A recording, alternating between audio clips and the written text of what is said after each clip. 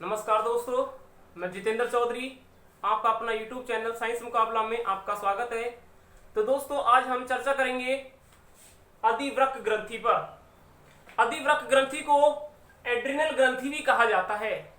ये अधिवृक्क ग्रंथि होती है जो वृक्क के ऊपर स्थित होती है। कहाँ होती है दोस्तों?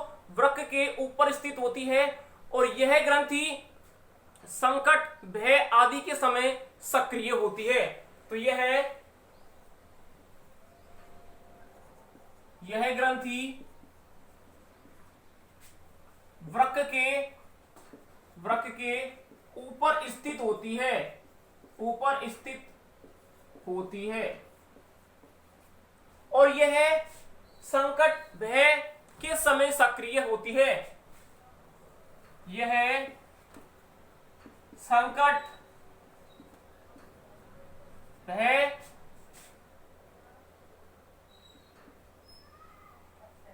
के समय सक्रिय होती है। दोस्तों, इसे बुद्धि को चुनौती देने वाली ग्रंथि भी कहा जाता है। इसे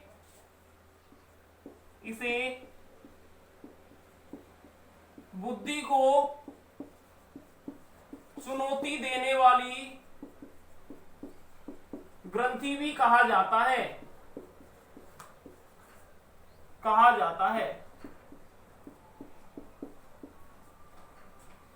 दोस्तों, यह ग्रंथि जैसे ही स्रावित होती है, यह रक्त में ग्लूकोज के स्तर को बढ़ा देती है।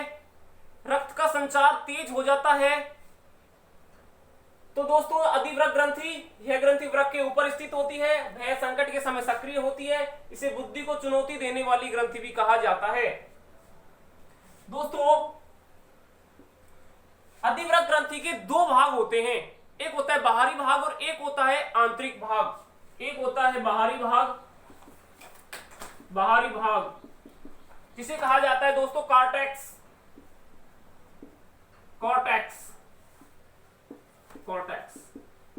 और दोस्तों, एक होता है आंतरिक भाग,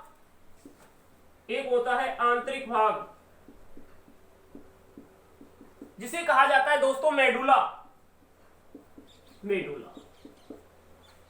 तो अब हम चर्चा करते हैं पहले दोस्तों बाहरी भाग कॉर्टेक्स पर।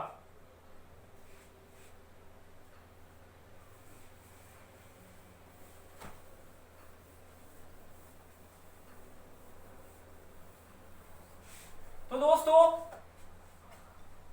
कॉर्टेक्स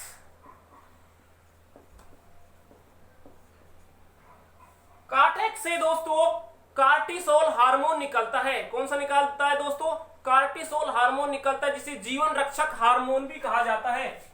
इससे कार्टिसोल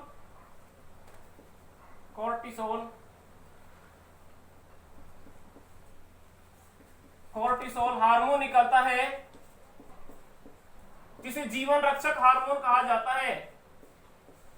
जीवन रक्षक हार्मोन कहा जाता है दोस्तों।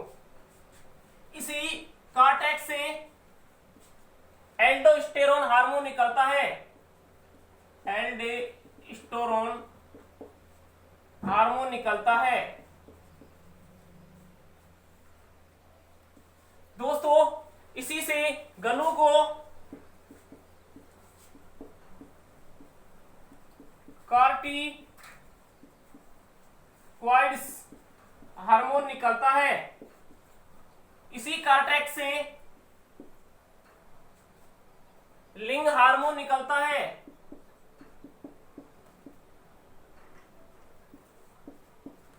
इसी से दोस्तों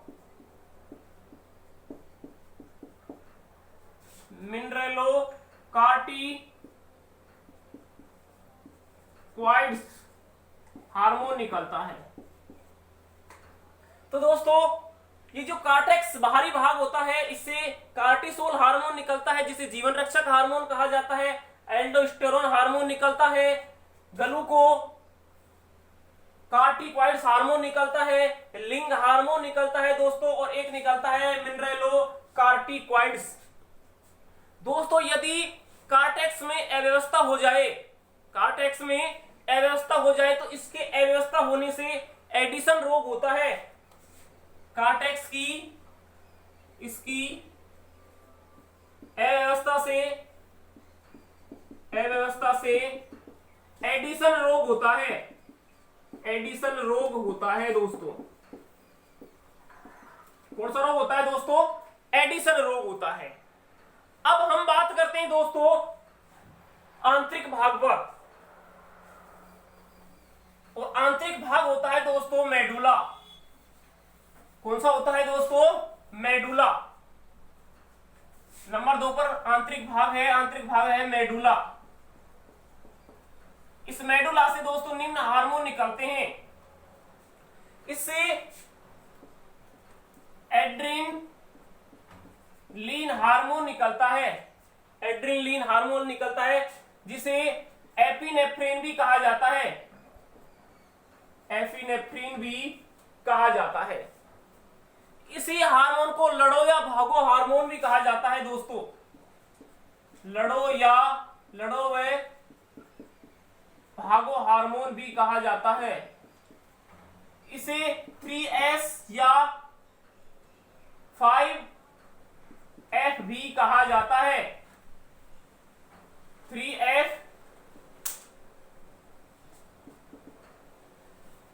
5S भी कहा जाता है। इसी से दोस्तों नॉर एड्रेनलिन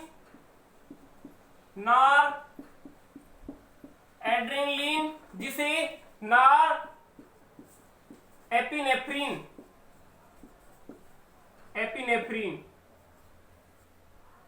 भी कहा जाता है दोस्तों। इससे ये हार्मोन निकलते हैं। मेडुला आंतरिक भाग होता है, कौन सा निकलता है? एड्रेनलिन जिसे एपिनेफ्रॉन भी कहा जाता है। इसे लड़ो या भागो हार्मोन भी कहा जाता है। इसे 3F या 5S भी कहा जाता है, और इससे नॉर एड्रेनलिन या नॉर एपिनेफ्रिन हार्मोन भी निकलता है। अब हम बात करते हैं दोस्तों कि एड्रिनल होता है, इससे कौन कौन से रोग होते हैं? एड्रिनल से होने वाले रोग, एड्रिनल से होने वाले रोग दोस्तों, एक रोग होता है कुशिंग। एड्रिनल की अधिकता के कारण होता है, दोस्तों। एक रोग होता है कांस, जो एड्रिनल की कमी के कारण होता है, और दोस्तों एक होता है एड्रिनल विरिलिज्म। वेरी इंपॉर्टेंट रोग होता है दोस्तों। इस रोग में क्या होता है? स्त्रियों में पुरुषों के लक्षण आ जाते हैं, जैसे दाढ़ी मूंछ का आना, आवाज का भारी होना। स्त्री में पुरुष के लक्षण आना। तो दोस्तों कौन कौन से रोग होते हैं? कुशिंग रोग होता है जो एड्रिनल की अधिकता के कारण होता है, कांस रोग होता है जो एड्रिनल की कमी के कारण होता है, और एक एड्रिनल विरिलिज्म रोग होता है, जिसमें इस रोग में क्या होता है दोस्तों? स्त्रियों में पुरुषों के लक्षण आ जाते हैं। आगे हम बात करते हैं दोस्तों अग्नाशय ग्रंथि के बारे में। अग्नाशय ग्रंथि के बारे में दोस्तों, इसे पैंक्रियाज भी कहा जाता है, पैंक्रियाज भी कहा जाता है। जो अग्नाशय होती है ये मिश्रित ग्रंथि होती है, और दोस्तों इसमें लैंगरहैंस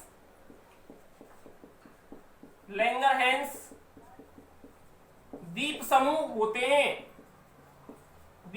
होते हैं, और लैंगरहैंस दीप समूह में दोस्तों 3 प्रकार की कोशिकाएं पाई जाती हैं। कितने प्रकार की कोशिकाएं पाई जाती हैं दोस्तों? 3 प्रकार की कोशिकाएं पाई जाती हैं। अल्फा कोशिका, बीटा कोशिका, और दोस्तों गामा कोशिका।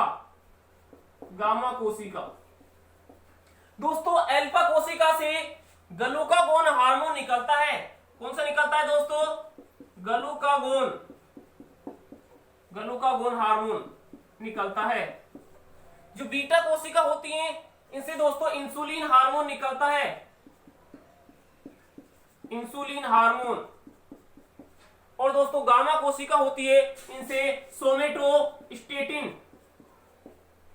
सोमेटोस्टेटिन हार्मोन निकलता है। तो दोस्तों अल्फा कोशिका से ग्लूकागोन हार्मोन निकलता है, बीटा कोशिका से इंसुलिन हार्मोन निकलता है और गामा कोशिका से सोमेटोस्टेटिन हार्मोन निकलता है। ये ग्लूकागोन हार्मोन होता है दोस्तों, ये रक्त में ग्लूकोज के स्तर को बढ़ा देता है और ये रक्त में ग्लूकोज के स्तर को घटा देता है। यह रक्त में ग्लूकोज के स्तर को बढ़ा देता है और यह रक्त में ग्लूकोज के स्तर को घटा देता है। यह रक्त में ग्लूकोज के स्तर को घटा देता है। और दोस्तों सोमेटोस्टेटिन ये शारीरिक वृद्धि को रोकता है, यह शारीरिक वृद्धि को रोकता है। तो दोस्तों अल्फा कोशिका से ग्लूकागोन हार्मोन निकला जो रक्त में ग्लूकोज के स्तर को बढ़ा देता है, इंसुलिन हार्मोन रक्त में ग्लूकोज के स्तर को घटा देता है और सोमेटोस्टेटिन यह शारीरिक वृद्धि को रोकता है। आगे हम बात करें दोस्तों, ये होता है ग्लाइकोजन और ये होता है दोस्तों ग्लूकोज। तो दोस्तों ग्लाइकोजन को ग्लूकोज में बदलता है दोस्तों ग्लूकागोन हार्मोन,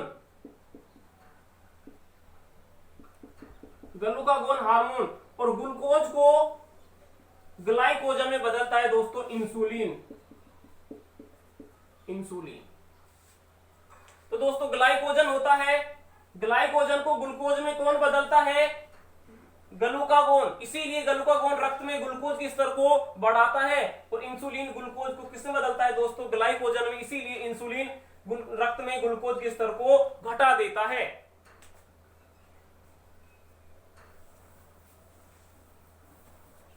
आगे हम बात करें दोस्तों इंसुलिन के बारे में।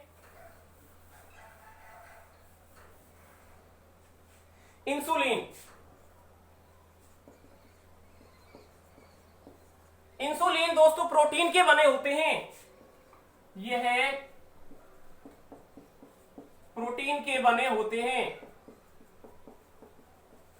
और दोस्तों ये 51 प्रकार के एमिनो अम्लों से मिलकर बने होते हैं, इसीलिए इन्हें पॉलीपेप्टाइड भी कहा जाता है। यह 51 प्रकार के एमिनो अम्लों से बना होता है, एमिनो अम्लों से बने होते हैं, इसलिए इन्हें पॉलीपेप्टाइड भी कहा जाता है, पॉलीपेप्टाइड भी कहा जाता है।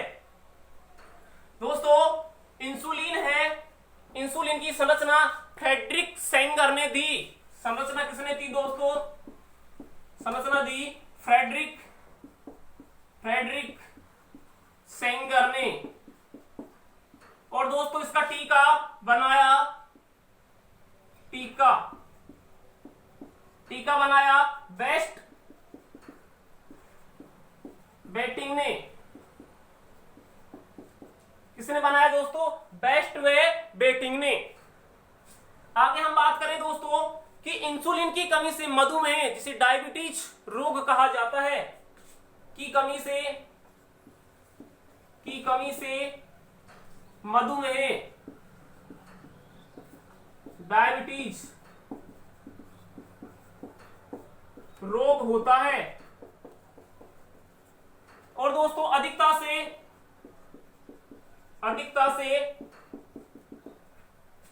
हाइपोग्लाइसीमिया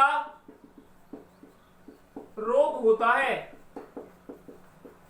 तो दोस्तों ये था इंसुलिन। इंसुलिन दोस्तों प्रोटीन के बने हुए होते हैं, इसमें 51 प्रकार के एमिनो अम्ल होते हैं, इसीलिए इन्हें पॉलीपेप्टाइड भी कहा जाता है।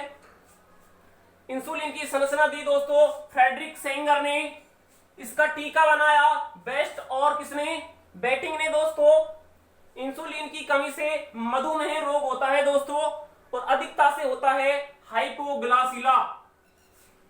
आज की वीडियो में इतना ही दोस्तों, धन्यवाद।